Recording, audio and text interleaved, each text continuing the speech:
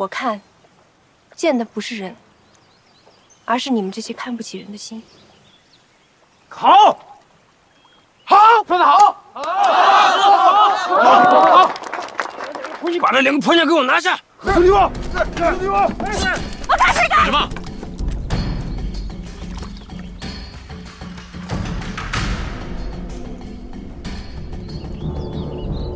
前些日子，汴河上闹冒妖，走脱了2个女犯，我现在认出来了，就是你们！是可陪人，他们才不是冒妖呢！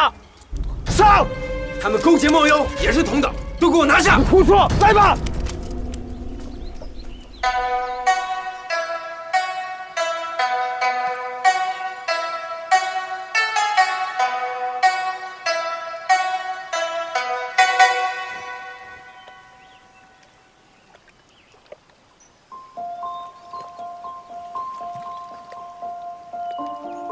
尹章，你又是谁？我姓宋，不知你们认不认识琵琶上的这2个字？不认识。什么字？看不清。哎，这不是半遮面的3位娘子？嘿，什么时候比我眼神好了？瞧瞧，我们姐妹3个一起在马行街开着茶坊，整日里吃在一起，住在一起。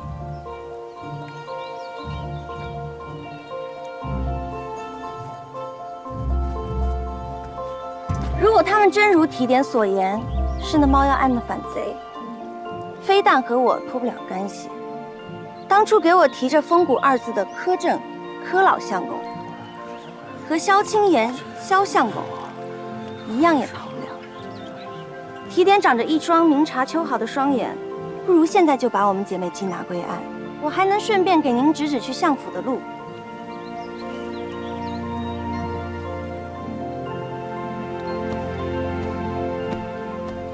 宋娘子休得胡言！冒妖案事关重大，诸位相公都是朝中重臣，岂能任意攀摇？是不是潘耀？你审一审不就知道了吗？那我怎么记得管冒妖案的应该是黄承思啊？什么时候轮到您这位开封府核务提点管这事儿了？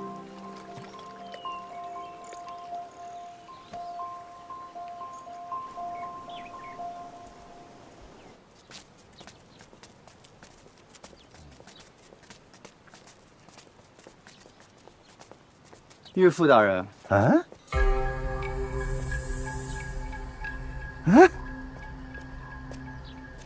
你怎么在这儿啊？下官奉皇命寻访先师已毕，昨日便已返京，得蒙官家召见，今日进宫，乃是理所应当。久未拜见岳父尊严，岳父大人身体可还康健啊？你少胡说！两家的婚约已经退了，谁是你的岳父大人？岳父大人，在这里争执，莫非是想传到官家那去吗？岳父大人，您先去忙正事儿，反正今后这几十年里，我们都会在一起，不急于这一时，你说是吧？嗯。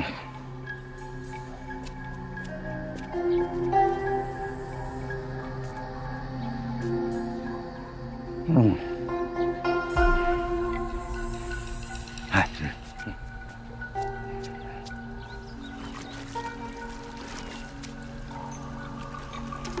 给您透个信儿啊，他家官人是黄承思的火焰喽。你不信啊？你看哪个女人敢当着这么多人面拿我这男人为主啊？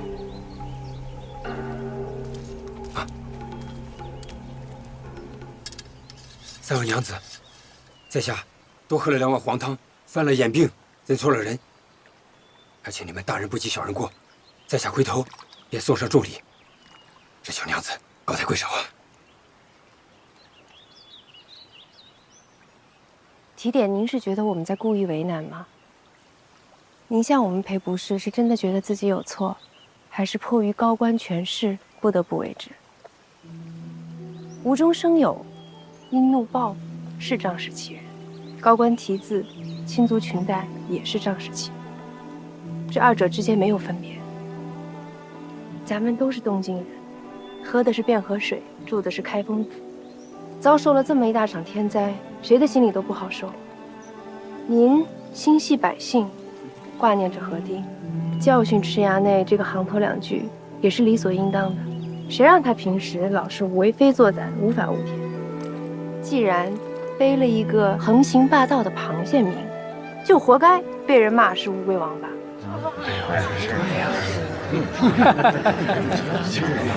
妈，我刚才帮你说话呢。可即便是这样，一大早带着大家在这清淤修缮的，不还是他池衙内吗？没错，我们是贩夫走卒，伤负世人，比不得读书人清贵，也比不得官员们勇武。可是如果没有我们提篮过巷、卖酒送茶，东京不会这么繁华，大宋也不会这么国泰民安。正如东京离不开汴河水，大宋同样也离不开我们。说得好，好，说得好，好，说的太好了，把赵娘子的话写下来，记牢了。好，说得好，好。任某有错，还请赵娘子教我。消除误会，最好的方法就是化敌为友。提点，您只要与百姓同乐同忧，相信美名定能远扬。各位父老乡亲们，提点愿意带领大家一起修缮河道，大家说好不好？好，好。任某欠赵娘子您一个人情，大家跟我来，干活去。是，跟你走，与我，跟我走。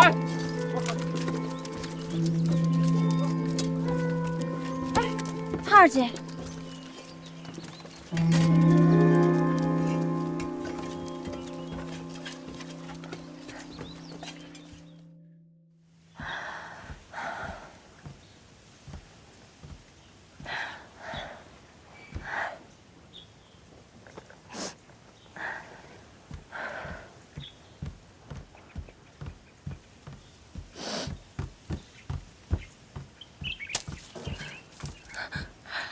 爹，辉儿，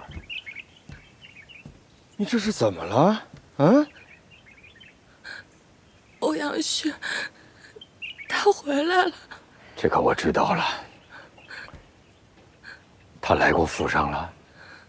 没有，但是他给我送了封信，还拿了这个。这是何物啊？啊？爹，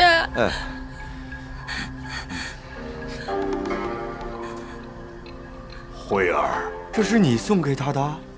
我当时就是鬼迷了心窍我。他说他在西京想我，我就府里呼约去拿我们退婚书的时候，我就只让他们拿回了我和欧阳旭往来的书信。我这给忘了。爹，还有一半，上面有我亲手绣的徽字。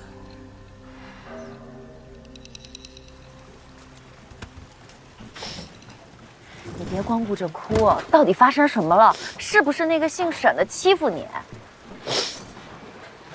没有，是我欺负的他。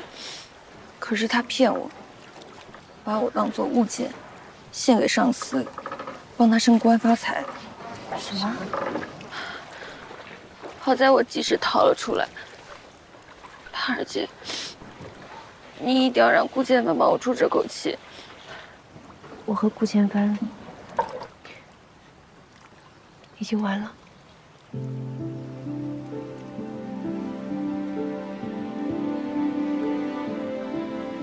他和那个欧阳旭一模一样，突然就找不着人了。酒楼的买卖做不成了，茶坊又被风给吹坏了。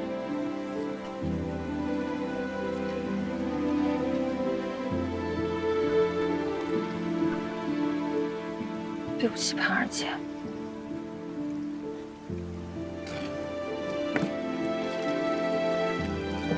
不关你的事，只是流年不利你。万幸，你没有被沈荣中祸害。这事也怨我失察，想想真的是后怕。差一点，我就要对不起你姐姐的嘱托了。不，至始至终的根由都在我。要不是我贪慕虚荣，心存嫉妒，也不会接连2次被沈如桌和周婶利用。要不是我闹脾气出走，事情也不会发展成这个样子。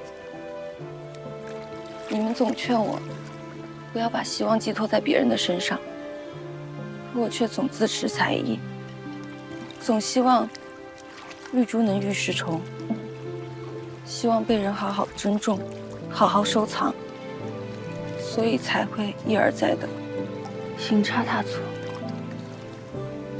好在昨天，我终于从这场梦里面走了出来，我狠狠地报复了沈如桌，把我当初被周舍的虐打的每一份恨、每一份怨都填了进去，让他自食其果，身败名裂。要让他知道，敢骗女人是要付出血的代价。血的代价？你昨晚到底做了什么？没出人命吧？放心，我有分寸。我就是让他受了点罪，而且我手上有他的把柄，日后也玩不出什么花样来。我已经醒悟了，其实风骨2字不光是士大夫的追求，也是我们女子立身为人的根本。不管是开茶坊还是酒楼，只要我们凭自己的本事，不偷不抢不媚不淫，挣来的钱根本就没有雅俗贵贱之分。店铺塌了又如何？码头都能重修，我们一样也可以重新来过啊。没有钱的话，我这里还有些首饰，值不少钱，我还可以弹琵琶，以后挣的钱绝不会少。不是钱的问题，是我的心气儿已经散了，做不动生意了。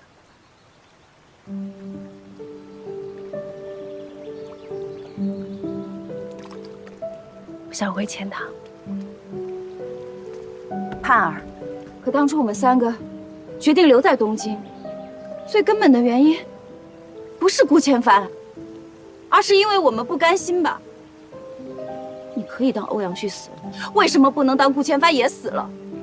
为什么要因为一个男人一场风雨，就忘了我们的初心？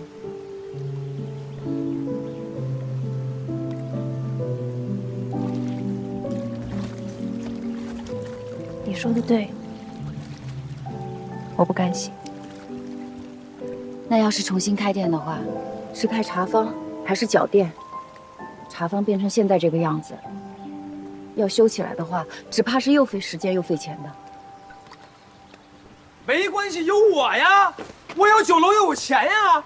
你要干什么啊？不干什么，我就是想跟3位娘子联个手。本衙内行走江湖这么多年，那最看重的就是个脸面。今天看到那个任提点说不出话的样子，我这辈子都没有这么扬眉吐气过。而且今天赵娘子说的话，也说到我心坎里去了。我呢，以前跟你们是有过节，不过以后本衙内不提了。哎，俗话说得好啊，这就叫不打不相识。那从今往后，我们就是好兄弟了。来吧，拥抱一下，来，嘿，滚开！胖儿姐，你可千万别相信他，他明知道沈如桌想要害我，还逼好好姐不让他跟我说。琵琶精，你别胡说啊！哎，你听我跟你解释。我不听淫贼解释。哎呀，事情不是这样的吗？哎，我们的过节都过去了吗？哎呀，听我解释，听我解释。哎，你们别扶着我呀，你去拦他呀！是周娘子刚救了你了，废什么话？你拦不住他，以后你们俩都别跟我混了，快去！哎呀！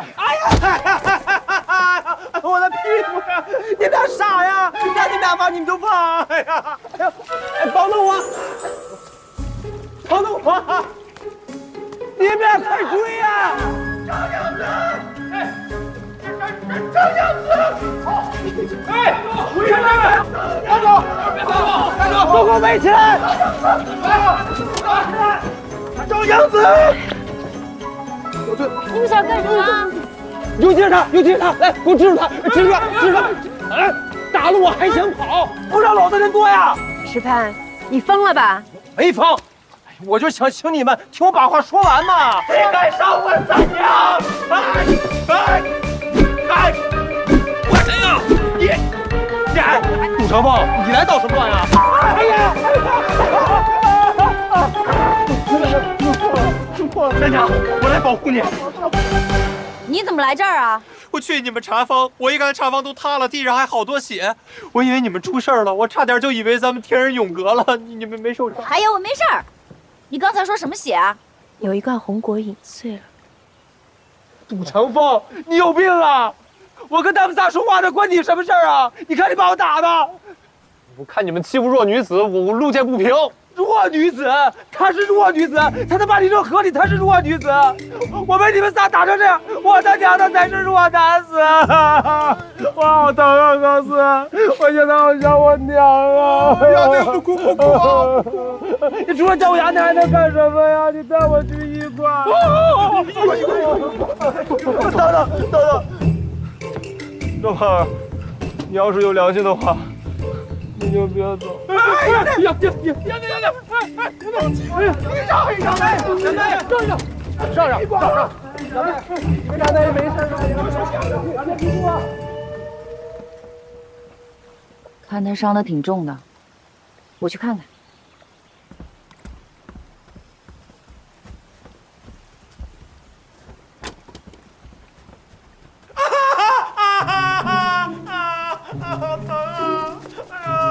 不行！哎呦，我要死了！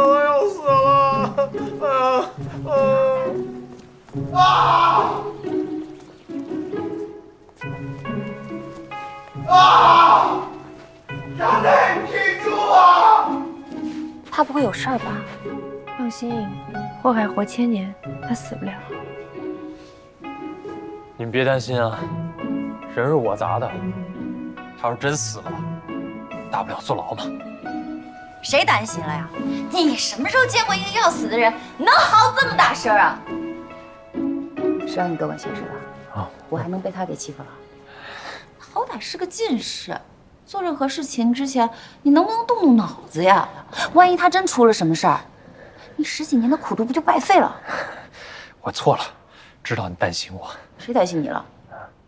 别往自个儿脸上贴金。舒化好吸收，营养不将就，中国专利 LHT 水解技术，舒化无乳糖牛奶邀请您继续观看《梦华录》。兰蔻持妆粉底液，持妆奏气不假面，邀您观看《梦华录》。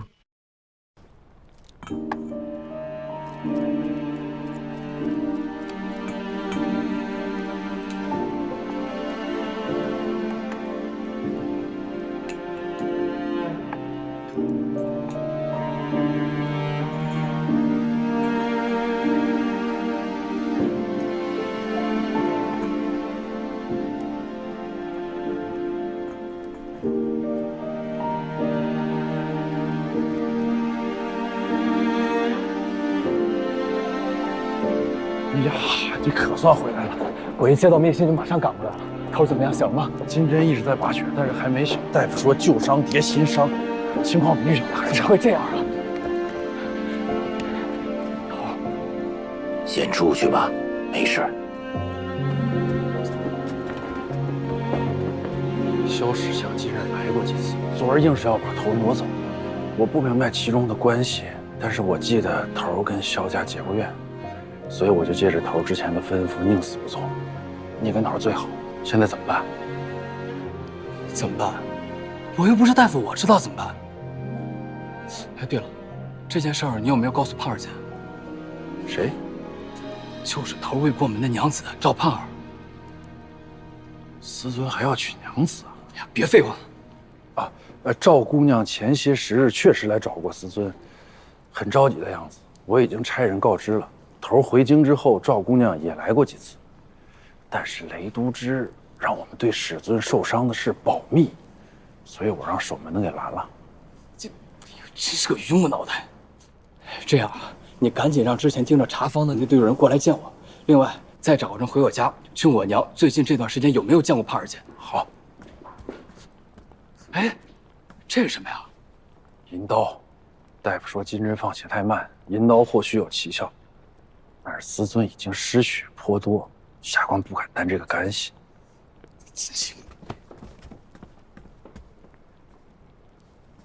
再这么昏迷下去，人都没了。出了什么干系，我担着。放。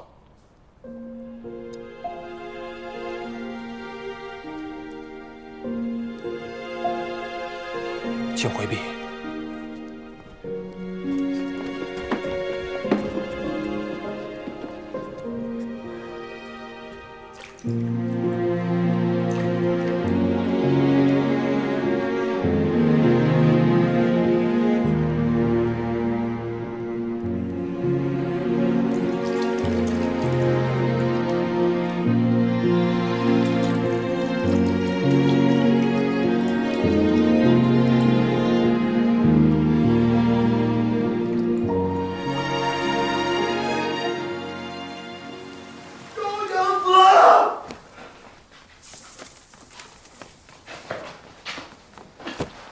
只有你能救我们家衙内了。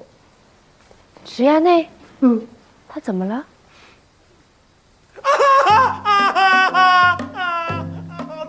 我们家衙内从小就害怕针扎，他现在又死活不让大夫扎。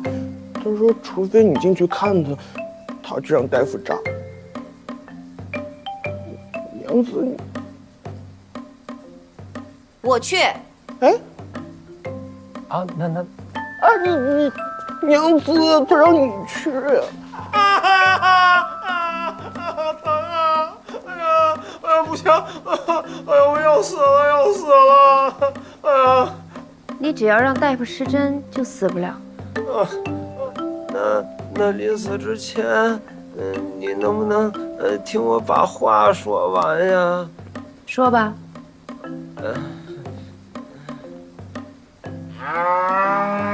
哎呀，怎么是你？哎呀，我不要跟你说，我不要跟你说话。哎呀，我要跟胖儿说话。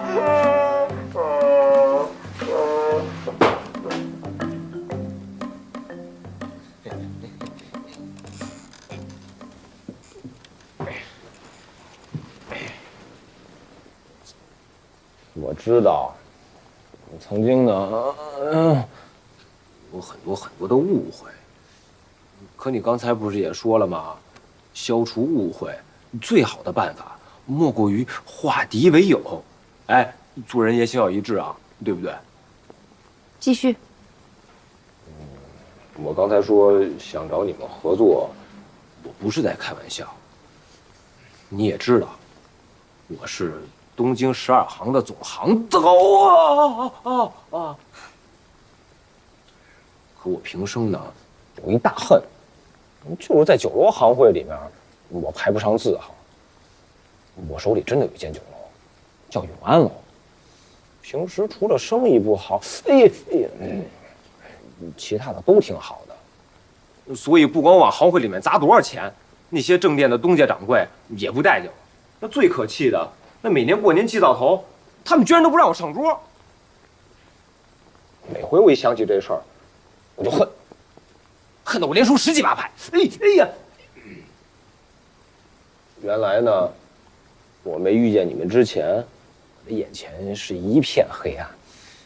可自从遇见你们，哎，它一下就亮堂了。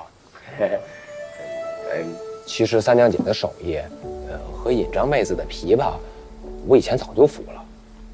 你的心气儿和能力，我今天算是彻底服了。你说那些话，真的说到我心坎里了。那我们做商人的，凭什么就不能骄傲啊？你先等会儿，你叫谁三娘姐？不许叫我尹张妹子。那以后我还管你叫琵琶精好不好啊？哎呀，你们有点同情心好不好啊？你们都把我弄成这样了，一句道歉也没有，居然现在还嫌弃我，叫你们姐姐妹子什么的，还有没有天理了？哎呦，不行不行！说正事儿。说正事儿了。我觉得呢，开茶坊能开得这么好，那换成酒楼的话，肯定也差不了啊。所以我想正式邀请3位娘子来替我经营永安楼。亏了算我的，赚了我们对半劈。只要能完成我毕生的梦想，让我把外号改成威风凛凛的13太保让我干什么都行。你我之间结怨太深，我永远都忘不了你逼我下跪唱曲这事儿。我不想和你这样的人合作。他还逼你下跪？哎呀，你别过来，你别过来，你别过来，我怕你啊！我曾经说过，若不报此辱，誓不为人。哎呀，之前那都是误会嘛。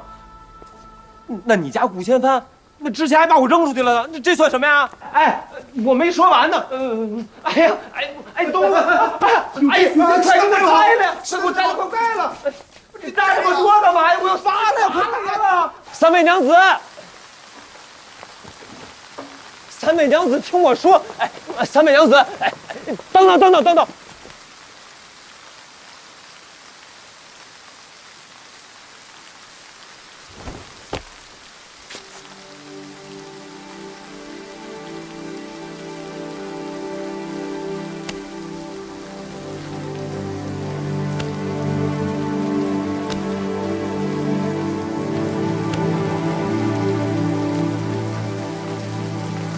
那天我逼你磕了3个头，今天我还你4个，这样成了吧？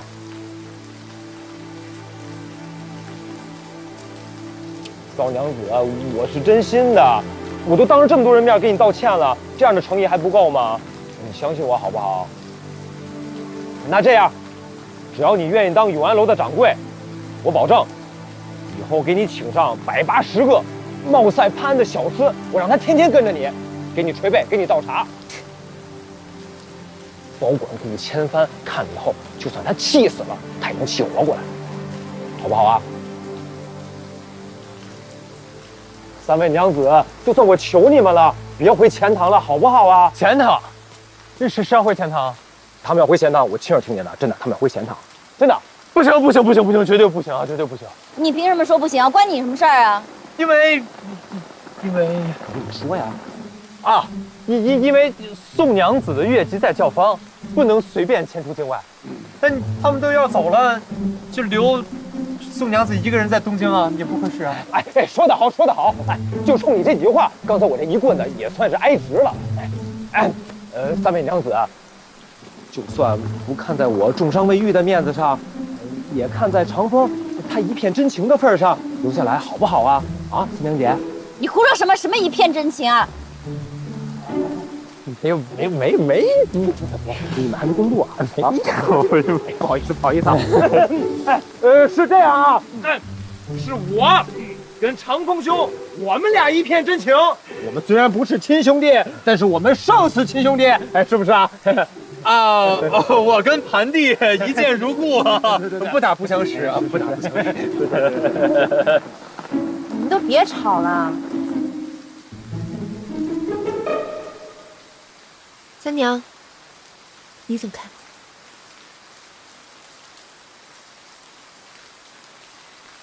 尹章，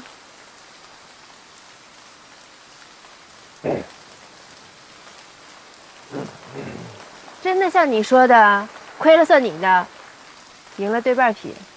对天发誓不管用，我们现在就离契书。那我做掌柜，三娘管大处，尹章管宴饮取乐，还有一个招娣，让他管钱塘，工钱另算，酒店的经营、人事、账务，你可以监督，但是你和你的人一概不许插手。必须的，你们听见没有？听见了。契约为期1年，我们如果有任何不满意，我们都可以随意离开，不用赔钱，而且你们也不得加以阻拦。小厮，拿纸来。快点！来了，爷。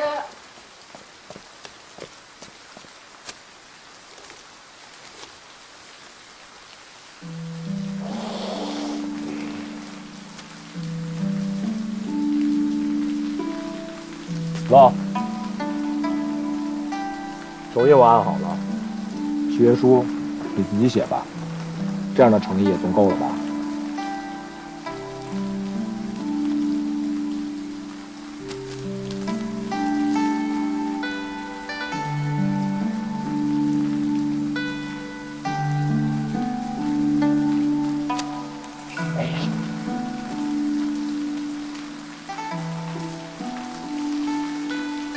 石牌，你怎么突然对我们这么信任？那你为什么刚才还替我打抱不平啊？我学衙内，虽然有的时候很混账，有的时候呢也很跋扈，但我是有脑子有眼睛的人。我一直想找一个人，能和我一起把永安楼做到名扬天下，好好气气那些酒楼行会目中无人的老黄瓜们。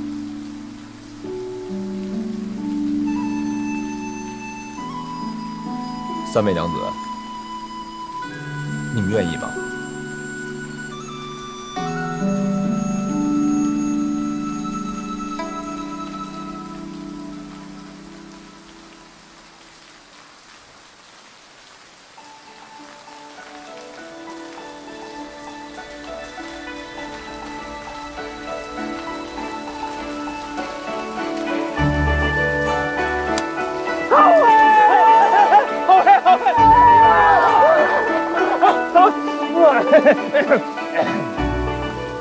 赵娘子请，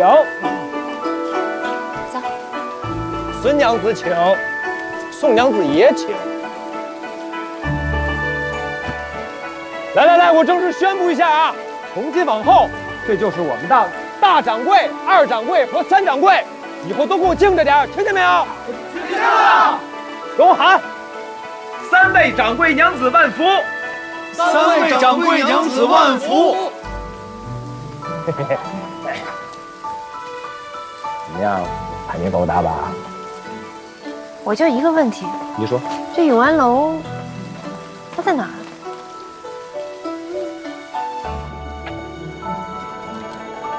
就是这儿。哇，这怎么这么冷清啊？因为没客人呀。反正现在也闲着，我就养了一帮闲汉在这儿，没事的时候陪我赌钱玩。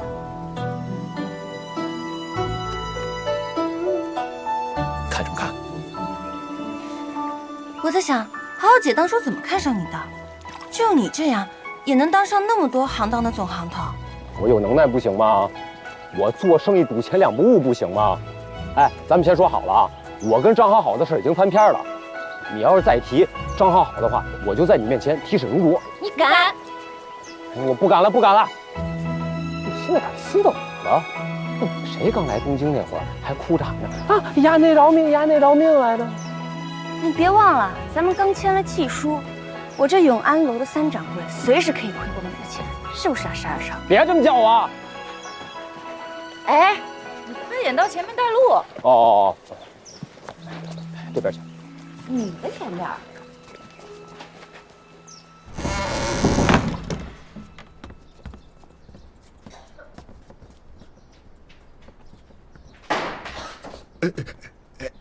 衙内，早，都晌午了还早啊？过来！你们几个还睡啊？都几点了？下来，快点！快下来！站好了，下来，快点！快点！见过赵娘子、孙娘子、宋娘子，他们就是大掌柜、二掌柜、三掌柜。今后永安楼就听赵娘子的。听明白了就把钱、钥匙、账本都交出来，去吧。吕武去后厨把那个厨子也叫来。哎，你们要是听不明白，就跪到街口去想明白。现在明白了吗？明白了。明白了还不动，非叫我踹是吧？快点的！衙内，账本来了。不是说了吗？今后听赵娘子的。哦，账本在这儿，钥匙在这儿，现在库房里头。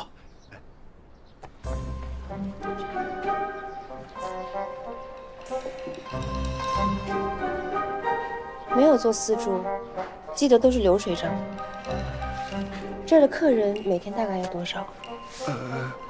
水牌上面的菜有多少道？菜金用了多少？鱼菜有多少？损耗又有多少？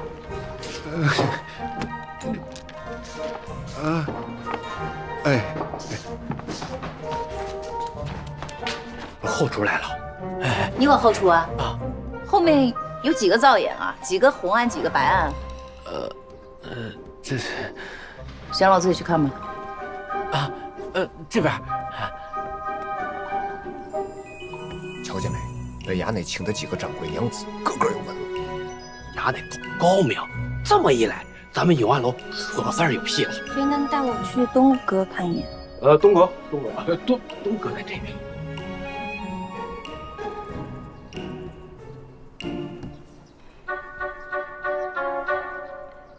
衙内啊，来了。你这永安楼一直都是这样？那不然呢？那我们这是脚店，又不能卖酒，那除了买菜、卖菜、上菜，那还能干什么呀？怪不得你手下不清楚，你自己就不清楚。我要能想明白了，还花钱请你干什么呀？我不是钱多烧的吗？1年要亏1000贯，可不是钱多烧的吗？那1000贯，早知这样的话，那还不如当初关门把它输在赌场上划算呢。那谁让我有钱呢？1000贯这种小事儿，有时候我也不记得。1000贯对于池衙内来讲，原来是小事儿。看我这破嘴，我当初不借你那300贯，不是有意要恶心你，我当时就想跟你开个玩笑。吕我，过来，快点。去当铺把那个茶坊的地契取出来，还给咱潘二姐。快点的啊！带我去那边看。来这边去。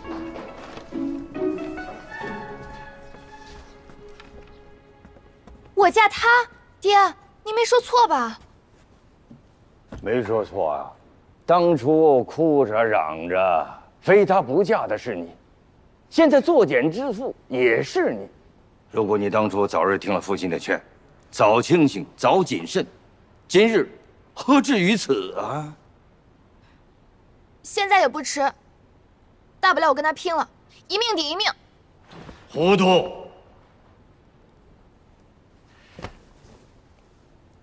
慧儿，他以前在西京只不过是一只蚂蚁，捏死了算了。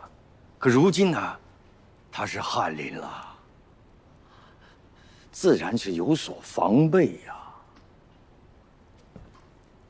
稍有风吹草动，他会闹得朝野皆知。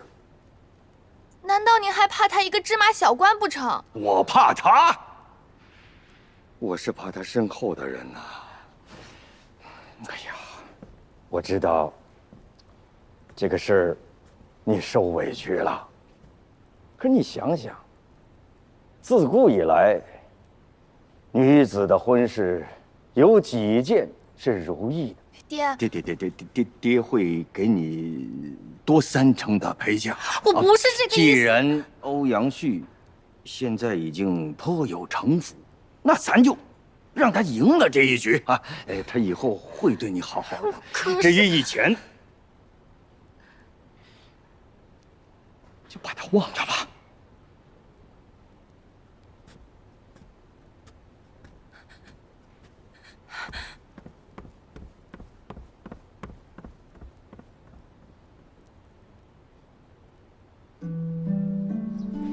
潘二姐请。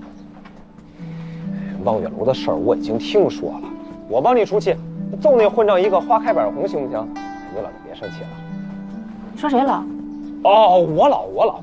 潘二姐是尊称，我手下那么多人，但是只要一听我叫你姐，他们肯定都特别尊重你。那顾千帆比我还小1个月呢。别在我面前再提。一定，我绝不提他。我带你去2楼看，嘿嘿，小心台阶啊。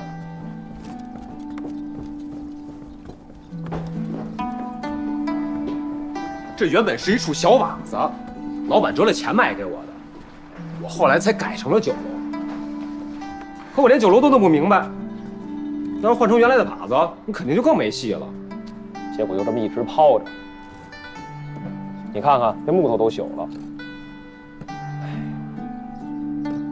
在我很小的时候，我爹总带我来这里玩，我呢就跟我爹在这看相扑啊，然后这边还会演傀儡戏呀。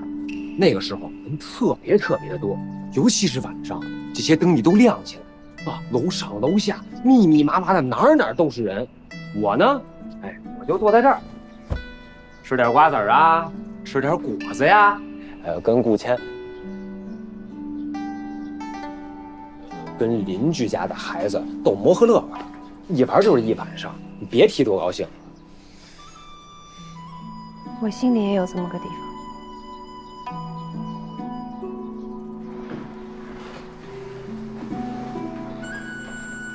可现如今呢，这个地方破败了，可它在我心里边，那永远都跟天宫似的，所以我一直没舍得把它拆了盖别的。那不然这么好的地段要换成珠宝铺子，那肯定赚翻了呀，你说是不是？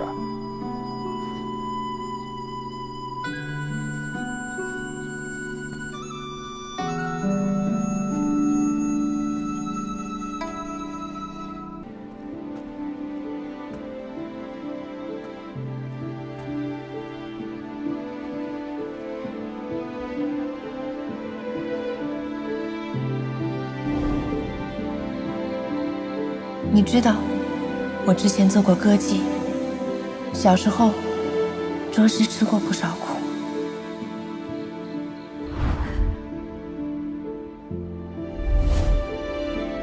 其实舞跳得好，并非是件好事。对于我们这些县级的人而言，以色示人的才艺越多，才越可悲。你喜欢跳舞，宋姐姐日后就常带你去法子里看就好。那里的人不会看不起咱们。她就是尹章的姐姐，她带我去瓦子的时候，那儿总是笑声不断，有糖吃，有歌听，又暖和，又快活。也只有那儿，我才不会挨月英的管教妈妈打，才会开开心心的看姐姐们在上头唱歌跳舞。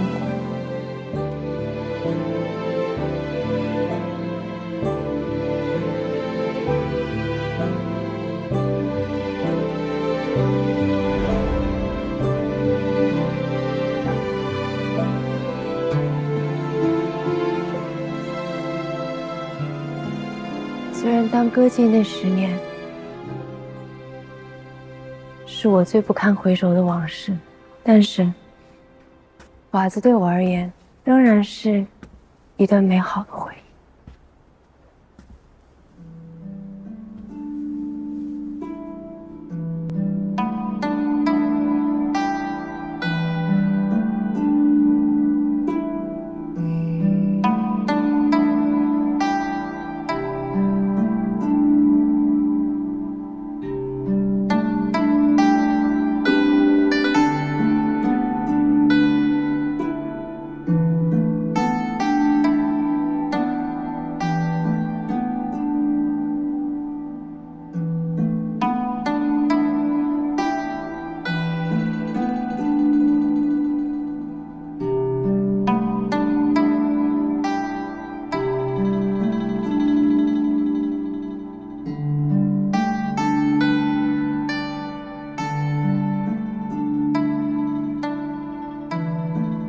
那后来呢？后来琵琶精的姐姐怎么了？所以你一直这么照顾尹章妹子呀？不提她了。对了，你既然这么喜欢瓦子，怎么就没有想到再把瓦子开起来呢？啊？咱们说好不是开酒楼吗？怎么现在又改瓦子了？这转的是不是有点太急了？谁说酒楼里不能有瓦子呀？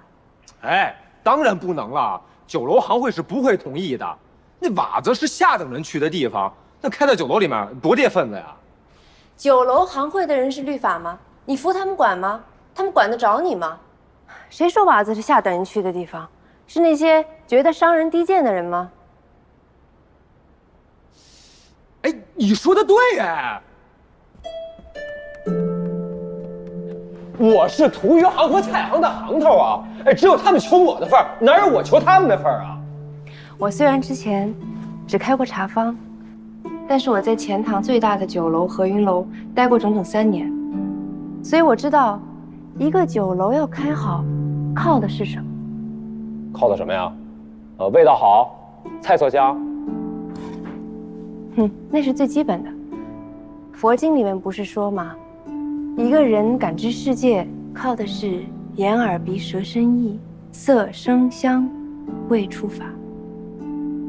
我不敢讲能把永安楼的菜肴和酒水做到全东京最好，但是我却想在这4感上做到极致。我希望永安楼是一个有美酒有美食，有清歌有雅乐，也有俗乐也有人欲的地方。来这里的歌妓杂耍也绝对不会低人一等，市井平民也可以和达官贵人们一同享乐。这可能是全东京酒楼都前所未有的创举，但是要做很多改变。池原呢，你同意我做这些改变吗？同意。伟安那有的那不就是钱吗？哎呀，完了，你怎么了？酒伤复发了。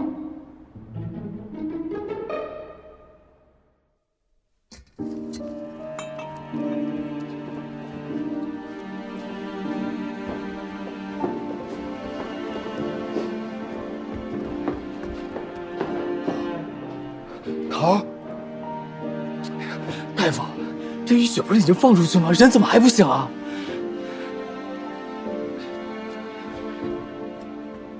淤血是放出来了，可师尊昏迷太久了，就像一个溺了水的人，就是把水全都控出来，一时半会儿也不会醒来。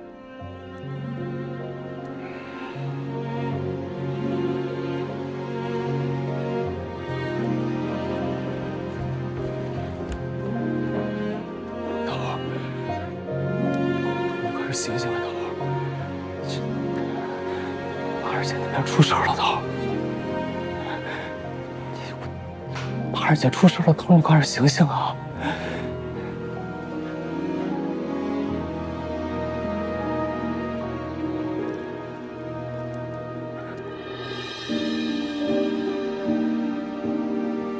大夫，大夫，你快过来看看，大夫！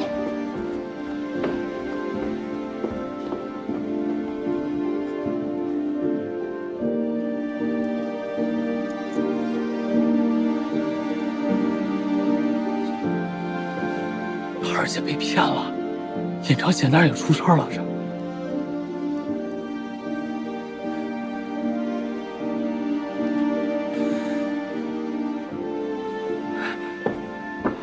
桃儿，你可算醒了，桃儿。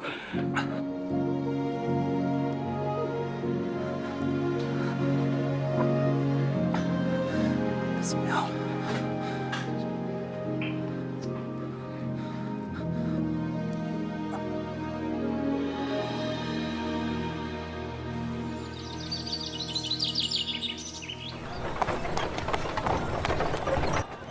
总之，昨晚林府闹得很大。沈文卓虽然丢光了脸，但是他却一口咬定是他酒后失德，所以才错认了猎三司的侍女。我不想知道别人怎么样，我就想知道盼儿怎么样。他为什么会被池安带走？又为什么会起冲突？为什么会见了血？那你既然这么关心他，干嘛不自己去问他？桃儿，咱们现在就可以去找他。我现在是不敢见他。发生什么事儿了？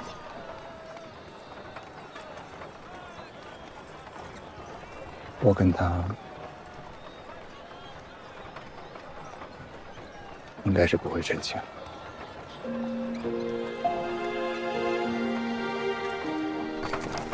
我要不然带3位娘子去尝尝东京城的小吃。王承思的人。喂，大白天这么快的拿，这名算谁的呀？你没说啊，头，搞什么鬼？头儿，赵娘子他们在前面。快去，问问他为什么会跟池畔在一起，是不是受到什么胁迫了？头，真的不见胖儿姐？快去。是。谁在那儿喧哗呀？好久不见胖儿姐。这不是池衙内吗？胖儿姐，你之前跟他不是有过节吗？怎么现在这会儿跟他走到一块儿了？你根本就不认识池衙内。嗨，这全东京的人谁不认识池衙内啊？胖儿姐，我刚回东京，才知道这个望月楼和茶坊的事儿。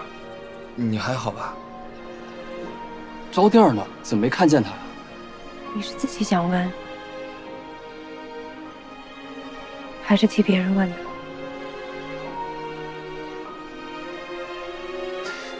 这我当然替自己问的。你没事就行，胖儿姐。那个还有啊，这个池衙内可不是什么好人，你千万离他远点。要有什么事儿，你赶紧叫人通知我。我呸！你小子算哪路神仙呀？本衙内怎么就不是好人啊？你哪点像好人？我哪不像好人？既然断了前程，我跟谁在一起，都跟别人没有半点关系。没错。昨夜倾盆大雨，今朝艳阳四射，我和盼儿一见如故。刚在永安楼把酒言欢，促膝长谈。尹张三娘他们都是见证。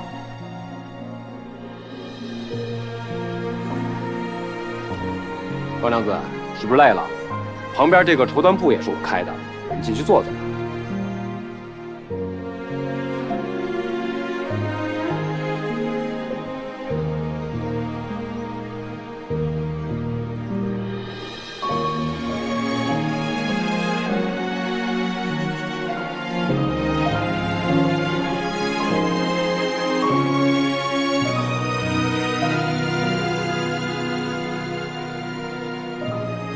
真是个没用的男人。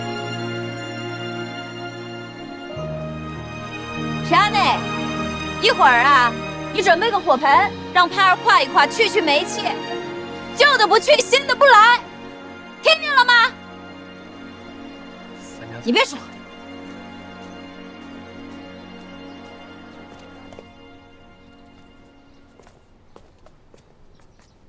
不好意思啊，那个今天打烊了，实在不好意思啊。不好意思，今天打烊了，实在不好意思啊。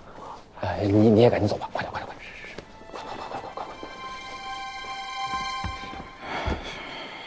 头，现在该怎么办呀？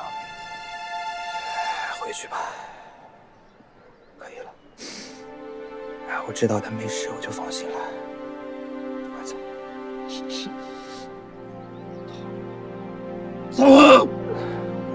走。放心，我一定查得明明白白的。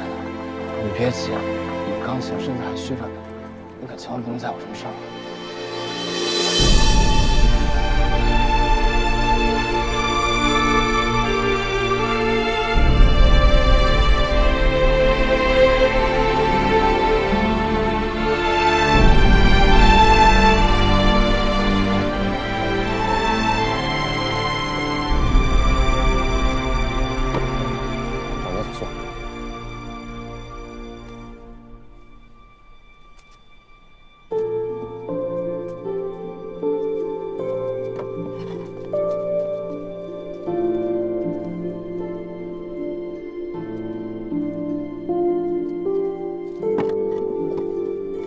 我去给你倒杯水啊。盼儿姐，你是不是心里很难受？难受你哭出声来。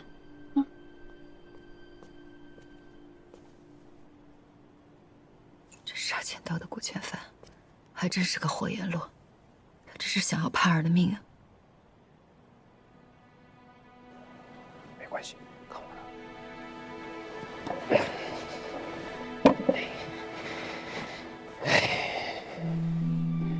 盼儿姐，你知道今天我有多高兴吗？我跟顾千帆那小子作对10多年了，那还是头一回赢得这么痛快。他居然躲在车里面，连个声都不敢出，就跟个鹌鹑一样。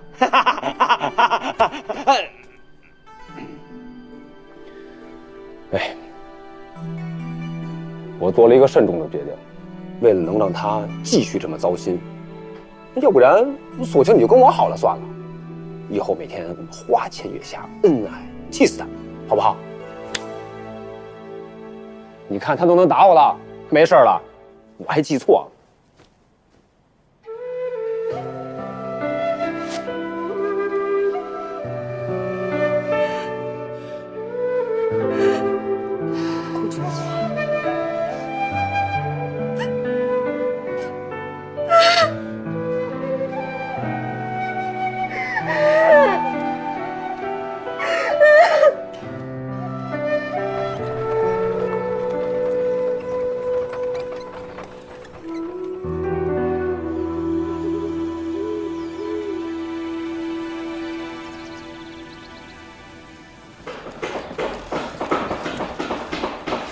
袁师傅，中间这块以后就叫千山阁，专供散客。左边这块呢，一元阁。慢点啊，全都是雅间。右边的瓦子呢，专供杂耍娱乐，就叫万水阁。好，哎，明白了。慢点。哇，你们眼睛都瞎了！这么大的灰，不让给看见善点啊！哎，刚才我去土地庙求了个签儿。说咱们这儿重新开业之后，肯定客似云来。哎呀，听着我就高兴。嘿嘿嘿，玩意都画好了，你就让他们干呗。这里这么脏，你亲自盯着多累呀！哎，你这个东京营造行头是怎么当的呀？工地上的事儿你不亲自盯着，非得出岔子不可。我既然当了你这个永安楼的掌柜，就要对得起你花出去的钱。袁师傅，那板子再往后撤点。好。是。但是你说的都对，你们都好好干啊！那你估计得还有多少天能上啊？最起码得10天吧。三娘忙着在跟你那帮厨子打擂台，个个都不是省油的灯，估计且得折腾。厨子？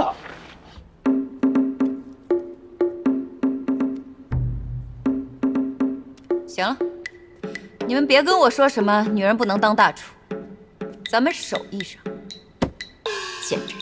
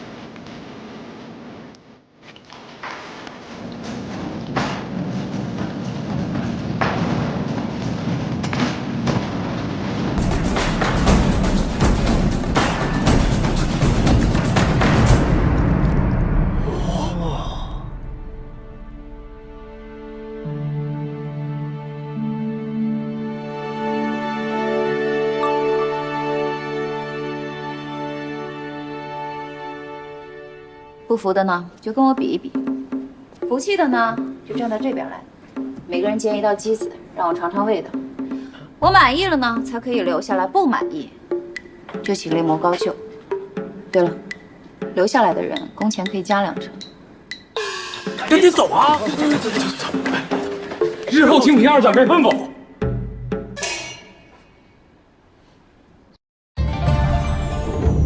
舒化好吸收，营养不将就，中国专利 LHT 水解技术，舒化无乳糖牛奶邀请您继续观看《梦华录》。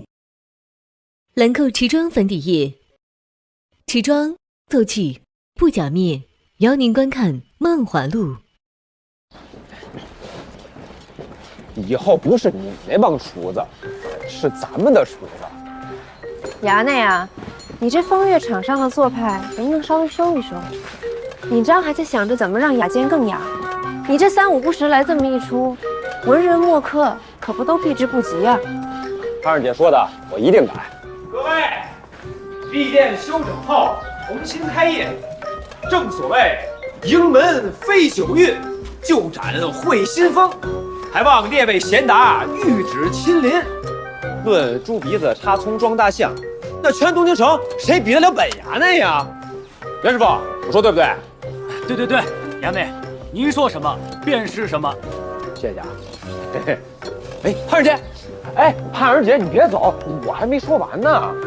我要去后厨找三娘，那可都是油烟。你确定要跟着？我做了一件事儿，包你喜欢。哎，我给你看个东西啊，哎，看。我帮你把王有龙那孙子狠揍了一顿，还把他讹你那300块头金都给你讨回来了，拿着吧。这钱我不要。为什么呀？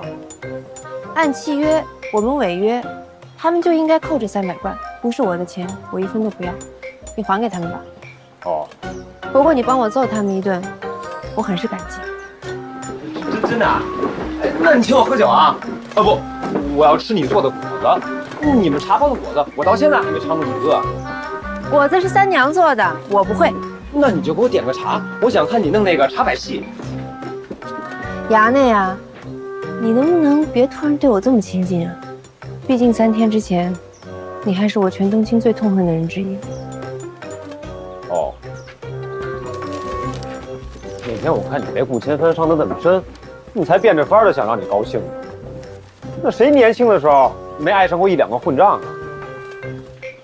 哼。你是小娘子嘛，应该多笑才美。谢谢啊，等忙完了给你点茶喝。哎，一言为定啊。一言为定。对了，采买的事儿你还得多盯着点儿，然后酒楼行会那边也得麻烦你多去拜拜码头，毕竟咱们这是脚店，还要去正店买酒。没问题，我一定把最好最贵的酒都给你弄来。不是要最贵的酒，是要最合适永安楼的酒。没问题，永安楼的事儿呢，我全听你的。那天你跟我说的话，让我终身难忘。我们要做一个全东京前所未有的酒楼。为了你这句话，我一定会好好努力的。怎么了？没见你这么正经过啊，有些不习惯。原来他喜欢本衙内很正经的样子啊！哎呀，完了完了，这以后怎么办呀？你还怎么跟他说话呀？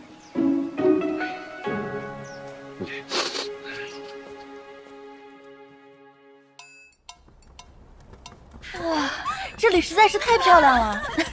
宋姐姐，你今日请我们过来，可是以后让我们在这里献艺，我们一定捧场。不止如此，我想和大家签一个契约，以后大家在这里表演，除了有按市价的酬金之外，还可以按卖酒的1成提取花红。还可以提取花红？真的吗？真的吗？谢谢宋姐姐，谢谢宋娘子。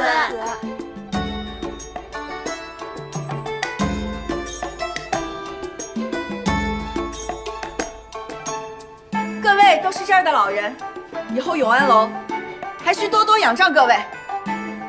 有劳了，听凭四掌柜吩咐。多谢多谢。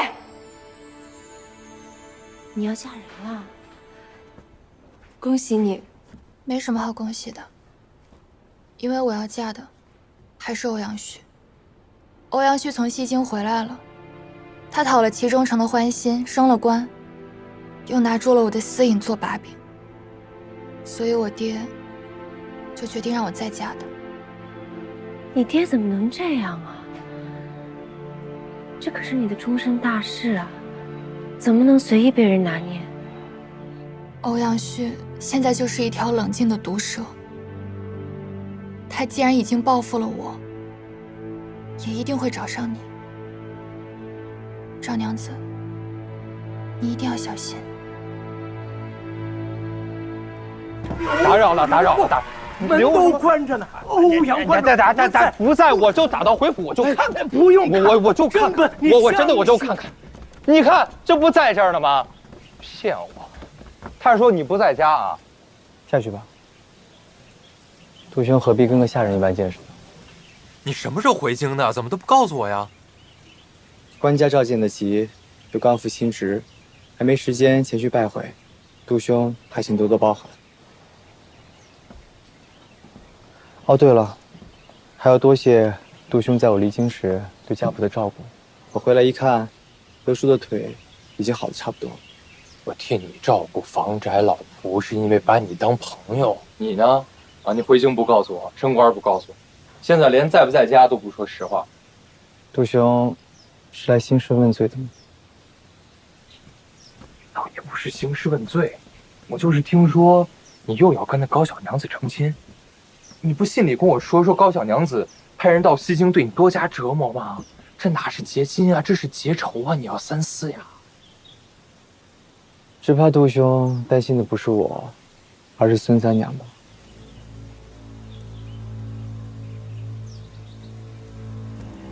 虽然我刚回东京不久，可这些消息呢，我也都听了不少。咱不妨打开天窗说亮话，也无非是怕我跟高家联姻之后，再会对赵盼儿他们怀恨报复。其实大可不必。这趟西京之行，我已经看淡了很多前世。从今往后，我只想关心功名利禄。至于前尘旧事，就让他们散了吧。此话当真呐？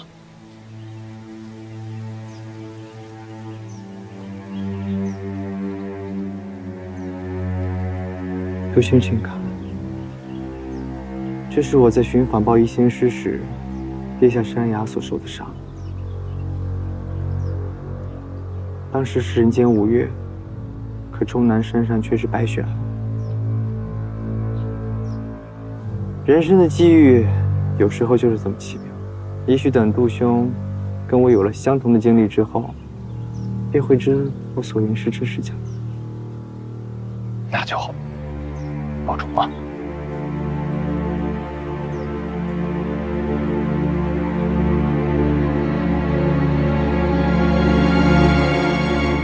我真这么说的？真的啊，我亲耳听到的，我觉得还是挺真心的。欧阳旭的真心值100钱吗？他当初不还是信誓旦旦的跟盼儿姐许下30之约？多谢杜夫子替我们打探此事。欧阳旭既然这么说了，管他是真心还是假意，起码他表明了一个态度，就是暂时不想和我们交恶。有道理。欧阳旭刚回京，还要忙着娶高慧，这档口呢，他要是闹出什么事儿，就是给他自己添麻烦。要真是这样，倒也是件好事儿。咱们还得忙酒楼的事儿呢，谁有空搭理他呀？哦，对了，欧阳旭好像还不知道你跟顾皇城的事儿，我没告诉他，想让他心里多个忌惮。喝茶。喝茶。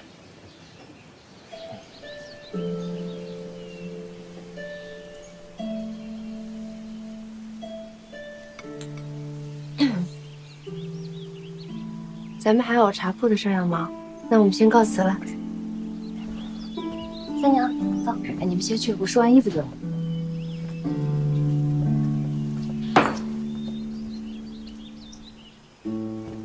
哎，我帮你收衣服。哎呀，别碰女人的衣服。你呀，别以为多吃了几日的猪肝，你的鸡翅眼啊，就什么都能看明白。以后你在盼儿面前少提顾千帆，知道吗？我忘了，还是你想的周到。我一想到这个就来气。盼儿这么好的一个娘子，姻缘运怎么就这么坎坷？要说那欧阳旭伤她有10分，这顾千帆伤她就得有18分。你们这些男人没一个好东西。我是好东西啊！啊，不是我不是东西。哎，我刚才把你脚踩疼了吗？不疼。哦，对了，我刚才看你那个弦儿绒花又掉了，你把这个缝上吧，省得再去做了。你怎么有这个？那回在拌蒸面的时候，不是差点摔倒吗？你扶我来着，我就看你那花掉了，我就又给你做了一个，一直在身上搁着呢。你一直放在身上啊？来，坐着。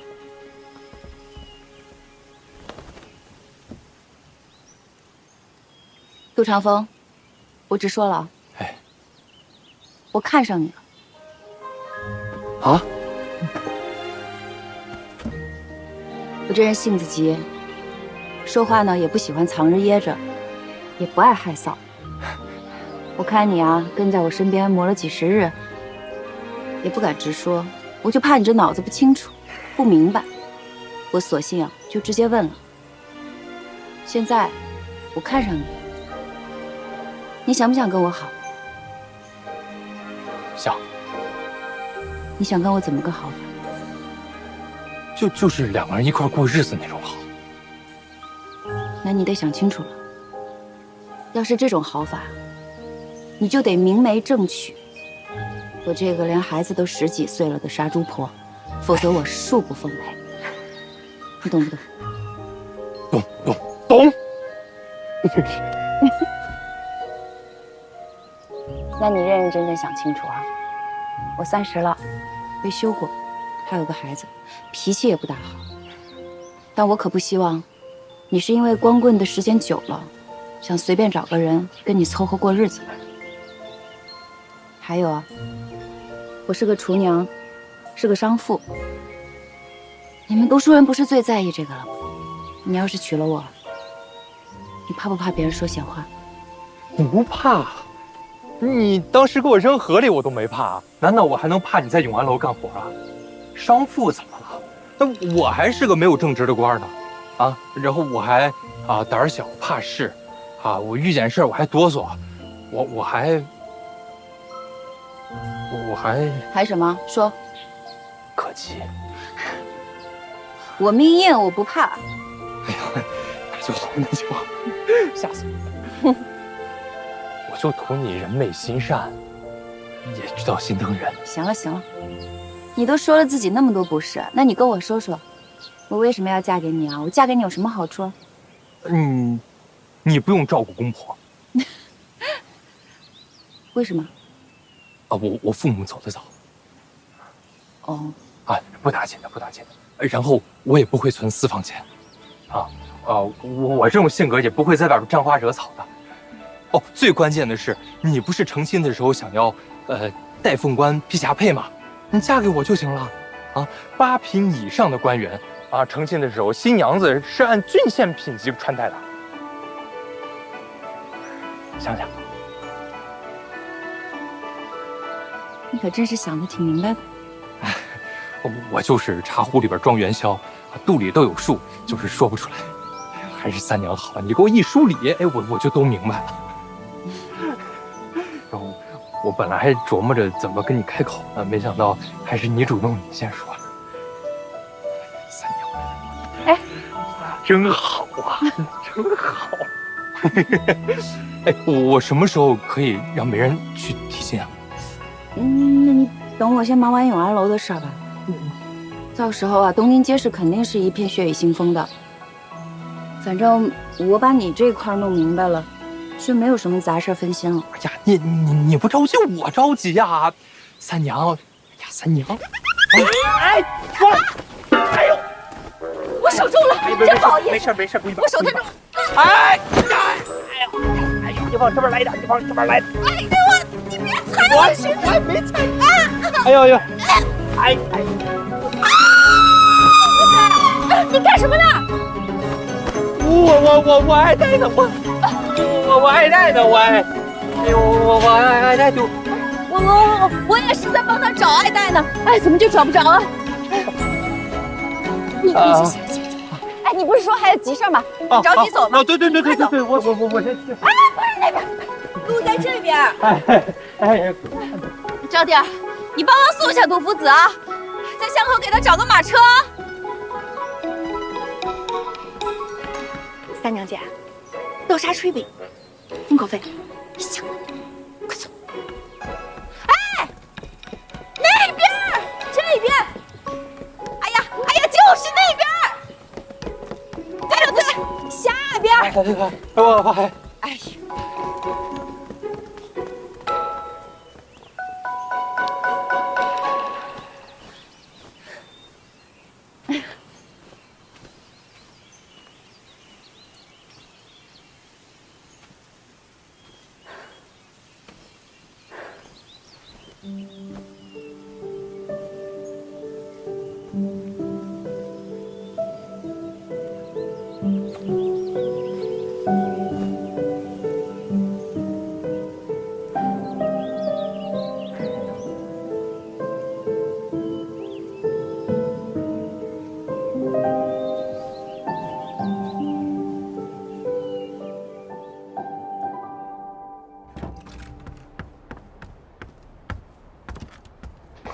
主人，怎么了？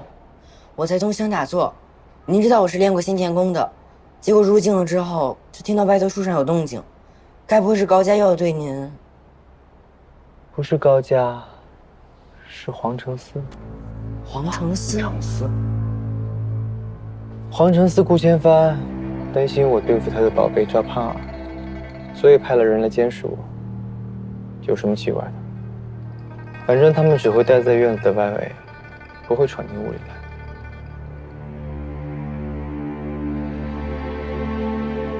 好在官人不再和赵盼儿打交道，这皇城司，咱们还是离远点好。谁说的？顾千帆和赵盼儿，我一个也不会放过。可是恁今天还对杜武官人说，虚虚实实。兵家之道罢了。如今，我连我自己的话都不敢信了。谁要是都信了，那只能是命不好。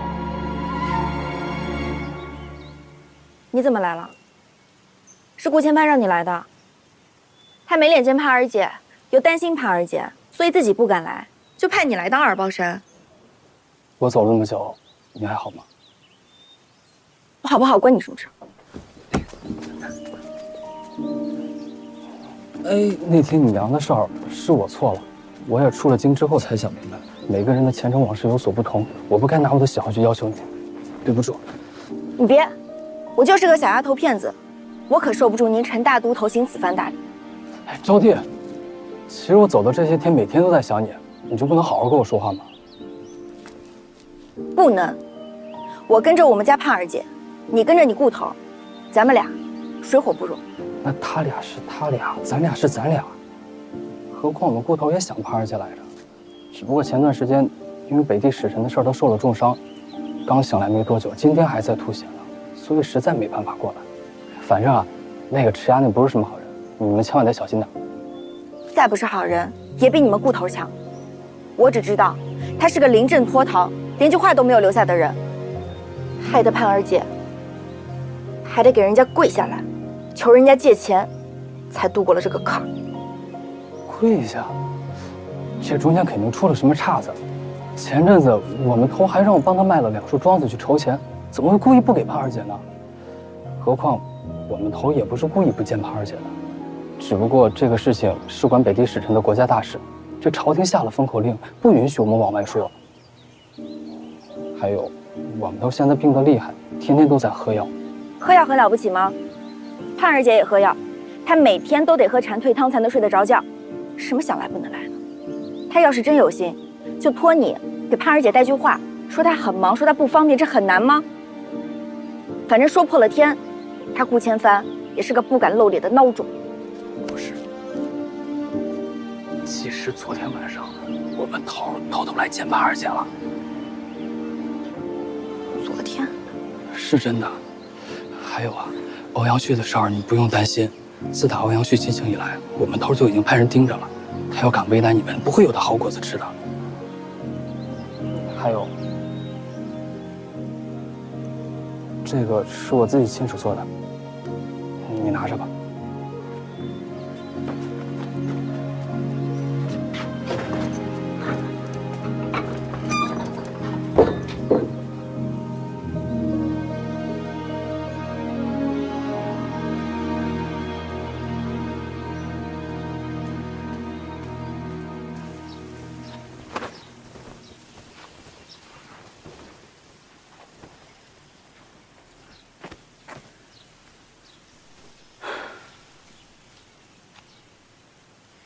叹什么气呀？嫁过去当官人的娘子，不也挺好的吗？是挺好的，可我就怕万一他也跟顾千帆不用顾忌，以后在我面前，沈无灼的名字你随便提。他在我的眼里，就跟这根树枝一样，没什么区别。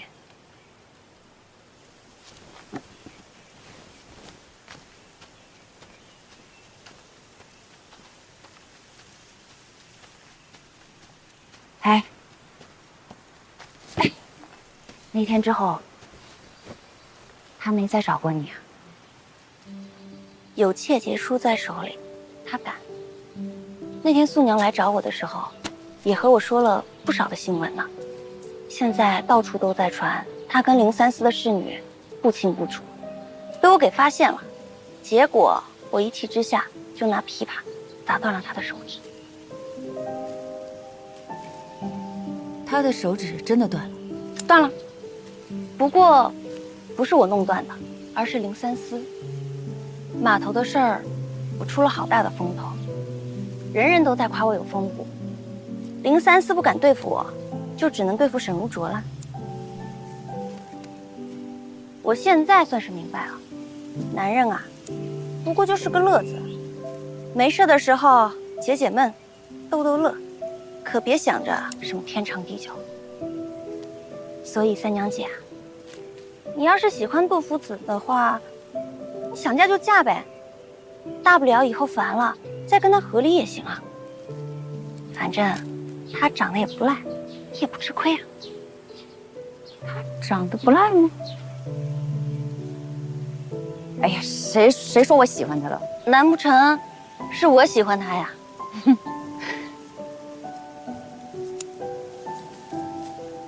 哎，尹丈，怎么你这次出去了那么一回，我就觉得你变得看破红尘，愤世嫉俗了。如今我也是个有风骨的女子，要是没点魏晋风范的话，还怎么叫人幸福啊？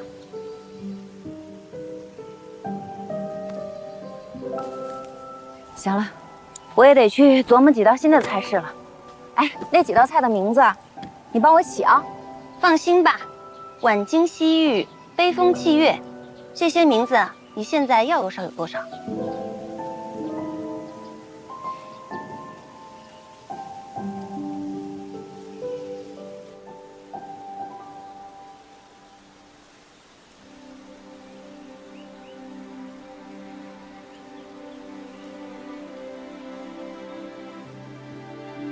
陈莲真这么说，我一个字儿都没有改。我之前就觉得这个事儿有点古怪，而且陈莲绝对不会在这种事情上骗我。